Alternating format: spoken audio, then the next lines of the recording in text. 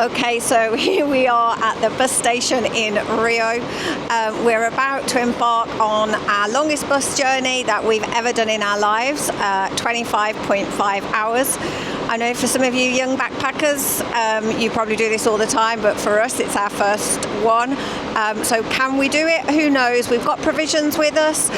We did leave it a bit late to book, which is typical us at the minute. So we've actually got a semi-reclining, which was £40 each to Iguazu. I think the plane was going to cost us around about 150 with our bags. Anyway, there's loads of noise going on. We will update you as we go along. See you later.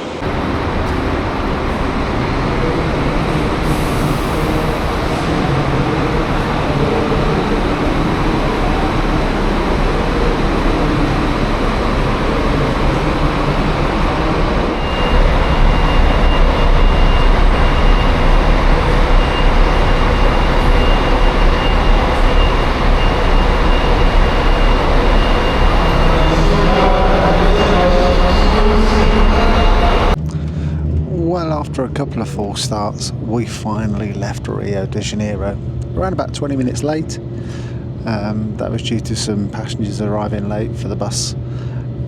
It does say that you should always be at your departure point half an hour before the bus departs, but unfortunately in Brazil anything goes. We'd literally reversed back out of the terminal when suddenly people come running towards the bus, and the bus driver rather kindly stopped and let them on. So the seats themselves really comfortable. They recline around about 150 degrees, it says.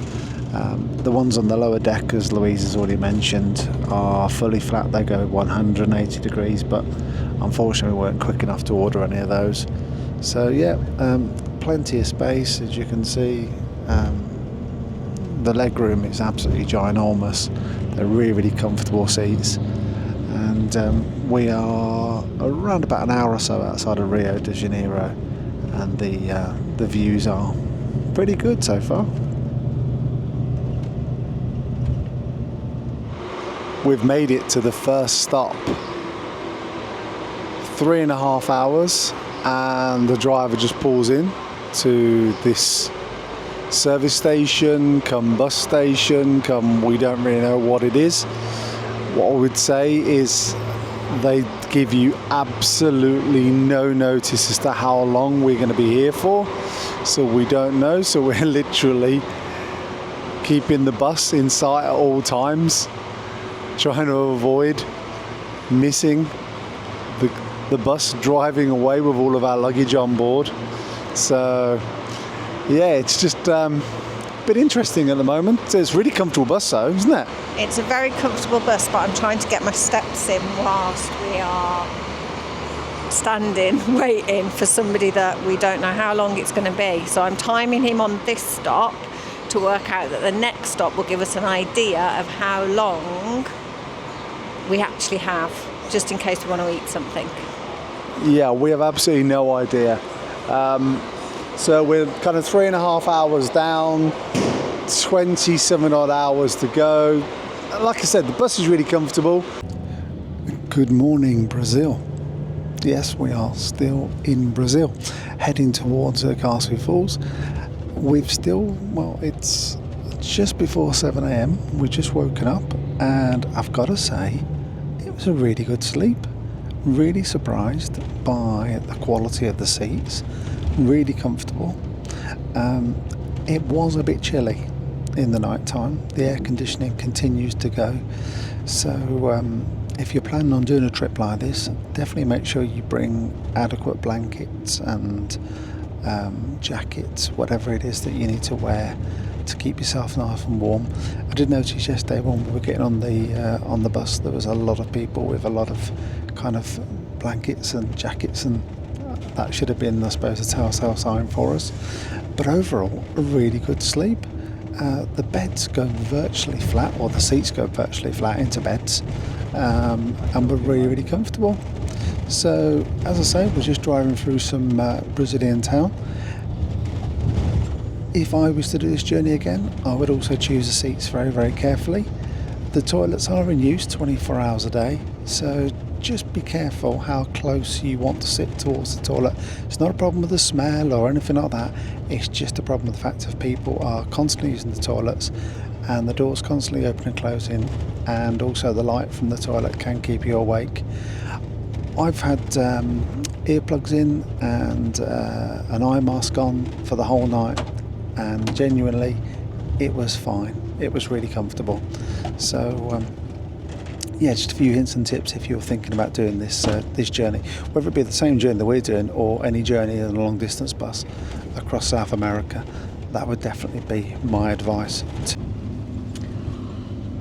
Okay, we are 24 hours and 20 minutes into this mammoth journey, and I think it's fair to say we're knackered. But we're still smiling.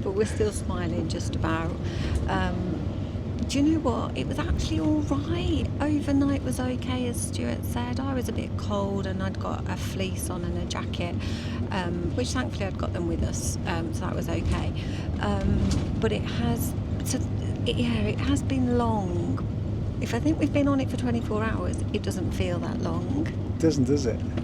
But now it's getting to the point where, like every journey, the closer you get to arriving, the longer the journey seems to take. Are we nearly there yet? No, we're not nearly there yet. I think we've got about another 3 hours at least, if not 4 or 5. But are we still married? Yeah, we are just about. Still talking? Just about. We have had a few words. But how often do you spend 24 hours next to the same person in a confined space on a bus to Iguazu Falls? A couple of things that I do think is a good recommendation to bring with you, and I was going to turn the camera around, but Stuart might pick it up for me, or he might just turn the camera around. So down here you can see, you can bring your bag, and this is my bag that's from the airport. There are definitely things like bring your toiletries, so as a woman or a man obviously, bring your toiletries with you. So I've got everything that I had, as I say, that I brought over in my less than 100 mils. Something that's really good is there's a hydrating mist, because you are in an air conditioned space for over 25 hours, so that's really good because your skin does dry out. I've got all my moisturisers with me, as you would expect. Those little testers of perfumes, because it's quite nice to smell nice at the end of 24 hours. You can bring a change of underwear as well. Good luck trying to do that in the toilet space. Obviously toothbrush and toothpaste, and then good old COVID times, I've still got my hand gel that I've used quite a lot as well. And the other thing, I'm not sure if we said about it, but you don't need to worry about water, but what you definitely need to bring, if people don't carry them already, is one of your chili bottles or equivalent, because pretty much around Brazil, everywhere we've gone, you've been able to fill your water bottle with water free of charge. All the bus stations, everywhere we've stopped. We've stopped for lunch, we've stopped for dinner, we've stopped for breakfast, and they don't sell water. They literally don't sell it. If you buy water, you look a bit strange. Yeah, I mean, you can buy it, so they do sell it, but they sell it in the very, very small bottles, and it's not like Europe where you see everybody with their water. They actively encourage you to be using your recycled bottles, which is great, and the water's free. And so far, touch wood, we haven't had funny tummies from drinking the water. No, all the water's all been filtered, or it's at the back there. You might actually be able to see at the back up there. There's a water fountain with a great big, exactly the same as you have in an office, really. Yeah. So that's been really good. Anyway, we can't talk for the next 5 hours, but at least it's given us something to do. So yeah, I think the YouTube has probably been the best thing that's happened in the last 10 minutes for us, doing a video, because the exciting part, because if Stuart shows you out the window, there's not a great deal to see. It's basically been like that for the whole journey. We've seen some towns, but I would say that is probably been our view, and probably will be for the next 5 hours. So we'll speak to you later. We don't have any words. We are in Iguazu. In Iguazu at last, 27 hours. 28. 28 hours. A bit of a disaster. Would it have been better if those people hadn't have got lost? Possibly, but we're just deciding now whether we've left it too late to do Brazilian side, or whether we need to just chill and start again tomorrow. But do you know what? You live and learn. It's about 35 degrees out here, and I think we are gasping for a drink of some sweet Beer. aqua con gas. That would do me. And we need to find our B&B. Au revoir. We've arrived in Iguazu. Honestly, I've had one sip of gin and tonic and that's it. We've showered, we've got out and we've had gin and tonic and a beer, and thank goodness. The bus trip, I have to say, had we not have been delayed, it was absolutely fine. Being delayed has just pushed us back, but as we're travelling for 8 weeks, it hasn't had a massive impact on us. I'd do it again, without a doubt. I slept really, really well. It was really comfortable. And the people on the bus was just so friendly. They spoke very limited English. We speak exceedingly limited Portuguese. And they helped us every time, didn't they? When we needed to stop for a break, they told us like in hands, like how many minutes we were stopping for so that we didn't miss it. It was great. I felt like they were almost like a little private club. I just feel like I almost felt like we could meet up again and go out with these people. Yeah. We just got to know them so well, didn't we? And they were really cheerful at the end and saying goodbye to us, and no, it was a really good experience. So I would say if you're in any doubt, and money I guess is a bit tight and time is not, then without a doubt I would do the bus every time. And we saved like about £250 by doing the bus. Easy. So, plus we never had to pay for accommodation for the night, so definitely for me, thumbs up for the bus. Yeah, thumbs up, and we're still talking. Yeah, the relationship is held, which is good because we're only just a week into our adventure. So, anyway, let's have a cheers. Yeah, cheers from us, chin chin. Cheers.